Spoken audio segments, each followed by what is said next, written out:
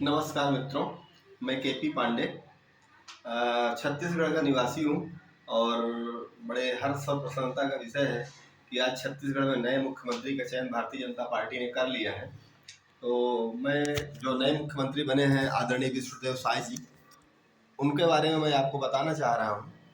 तो सबसे पहले कुछ चीज़ें हैं जो समझना चाहिए कि छत्तीसगढ़ की जनता पिछले एक सप्ताह से, मतलब जब से चुनाव हुआ है तब से एक सप्ताह से नए सीएम के नाम के इंतजार की घोषणा का इंतजार करती थी और रविवार के दिन यानी आज के दिन उनका यह इंतजार समाप्त हो गया और छत्तीसगढ़ को भारतीय जनता पार्टी की विधायक दल ने एक नए मुख्यमंत्री का नाम दे दिया है। उनका नाम है श्रीमान विष्णुदेव साय और ये पहले केंद्रीय मंत्री भी थे मोदी सरकार में, मोदी 1.0 में केंद्रीय मंत्री थे और इनका निर्विरोध चुनाव हुआ विधायक मंडल दल के द्वारा। और ये छत्तीसगढ़ में सबसे बड़े आदिवासी चेहरे के रूप में भी हैं।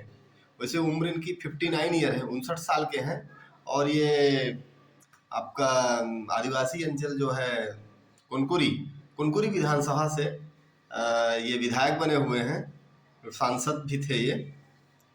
इनके पास 30 साल से भी अधिक लंबे समय का अनुभव है राजनीति में। नहीं, राजनीति में नए खिलाड़ी नहीं है, 30 साल का इनका लंबा अनुभव है और स्वभाव से बहुत ही सरल है और मिलन प्रिय हैं। और इतना ही नहीं, भारतीय जनता पार्टी में और संघ में भी इनकी अच्छी पकड़ मानी जाती है। और ये विष्णुदेव साय जी पूर्व चीफ मिनिस्टर जो थे, पूर्व मुख्यमंत्री आदरणीय रमन सिंह जी, उनके बेहद करीबी भी माने जाते हैं।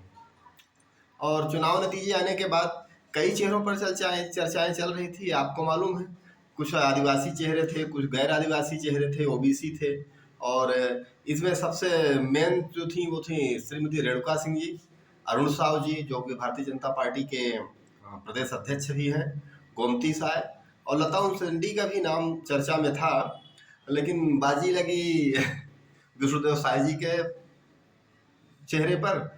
और विष्णुदेव साय जी आज छत्तीसगढ़ के चीफ मिनिस्टर हो गए हैं।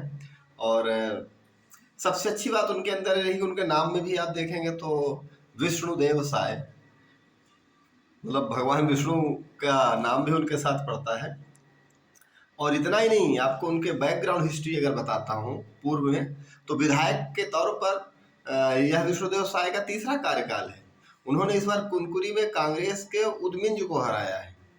विष्णुदेव साय को इस बार इस विधानसभा में टोटल 87,604 वोट मिले, जबकि कांग्रेस की जो प्रत्याशी थे मिंज, उनको 62,063 वोट हासिल हुए थे, है ना। और इतना ही नहीं, साय वर्ष 1909 में, विष्णुदेव साय जी 1990 से राजनीति कर रहे हैं। 1990 में वह संयुक्त प्रदेश में विधायक निर्वाचित हुए थे, यानी जब छत्तीसगढ़ का अस्तित्व नहीं था। छत्तीसगढ़ जो है वो मध्य प्रदेश का एक भाग हुआ करता था 1990 में, उस समय ये विधायक बने थे। और साय जी, विष्णुदेव साय जी 4 बार लोकसभा के लिए निर्वाचित हुए हैं, 4 बार ये लोकसभा के सांसद भी रह चुके हैं। 2014 से 2019 के बीच केंद्रीय मंत्री भी रहे, यानी मोदी का जो फर्स्ट प्रधानमंत्री का काल था उसमें ये मंत्री भी थे। और इस दौरान अलग अलग समय पर स्टील, खनन और श्रम व रोजगार मंत्रालय में राज्य मंत्री की भूमिका इन्होंने निभाई थी। 2019 लोकसभा चुनाव में इन्हें टिकट नहीं दिया गया था, लेकिन पार्टी ने उन पर भरोसा दिखाते हुए जून 2020 में छत्तीसगढ़ का प्रदेश अध्यक्ष नियुक्त किया और वो अगस्त 2022 तक इस पद पर बने रहे। इसके बाद, इससे पहले 2010 से 2014 में भी वे छत्तीसगढ़ के प्रदेश अध्यक्ष रह चुके हैं।